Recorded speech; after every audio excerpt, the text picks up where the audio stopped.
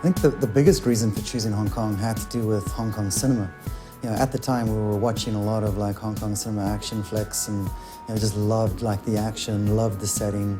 So for us it was just made perfect sense to bring the action, bring an open world game to somewhere that gamers had never been before.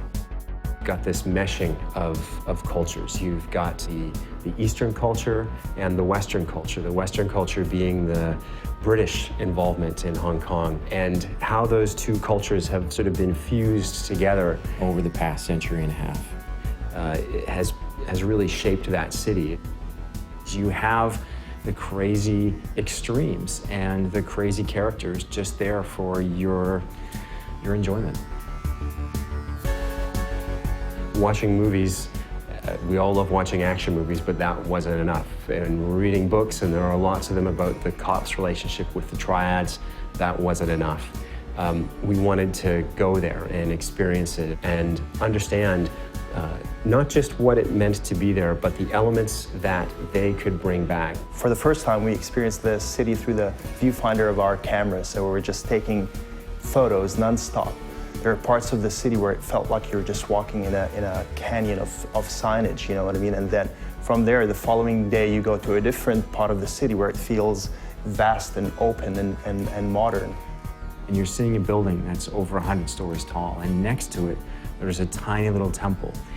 You see guys hanging out on a street corner who look like they were in a street fight, and they were Triad guys who actually were in a street fight. The key for us about the Triads and about Hong Kong was just how interwoven like the Triads are into society. It's not like there's a bad guy that you can point to the whole time. They're part of the fabric. We were really lucky to be able to talk to people on both sides, the police and the Triads. We talked to a member of very high up, and I guess you'd call it the Hong Kong Secret Service. He was fascinating to talk to, just in terms of understanding what the threats were in Hong Kong. We talked to a couple of members of the Triads as well, who took our writer into some very interesting places. He never felt at risk, but he learned some interesting things. We heard a story when we were there with one of our contacts driving around the city. He told us about a particular entertainment figure who, during his program, had said some rather nasty things about one of the local Triad leaders, and that this guy was chopped.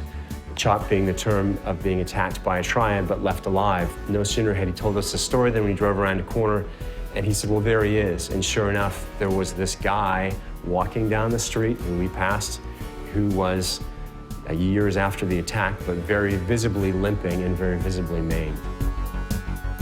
Hong Kong has such a kind of chaotic and multi-layered architectural approach to it, which allowed us to do many new things with the way the player traverses the environment.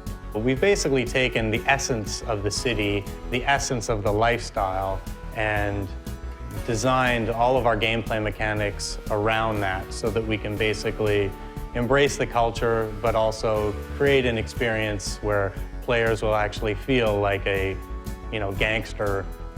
Hong Kong is an island, and what we did was create an island with 4 separate neighborhoods. North Point, which is where you start the game, which is more reminiscent of Kowloon.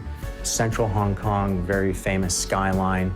Kennedy Town, built on the side of one of the hills in Hong Kong, more of an affluent neighborhood, and then Aberdeen Harbor around the back of the island. The traffic is on the left-hand side of the street. We decided, for the sake of authenticity, that we were going to go with that. We wanted to capture a bit of everything, because really what's unique about Hong Kong is its diversity, and we wanted to capture that diversity. And small things like the tiny alleyways, the cluttered alleyways that feel dingy, foreign, and threatening in some ways. Layers of signage and pipes and wires and hanging laundry. It's a bit overwhelming in the beginning, but then you start slowly getting adjusted to what you're seeing. If you want to spend time just roaming around the island, enjoying the races and the mini games and the events and favors and shopping and all that kind of stuff, then that's entirely there for you to do. The final result is a city that feels authentic, but at the same time, it's fun to explore and to experience.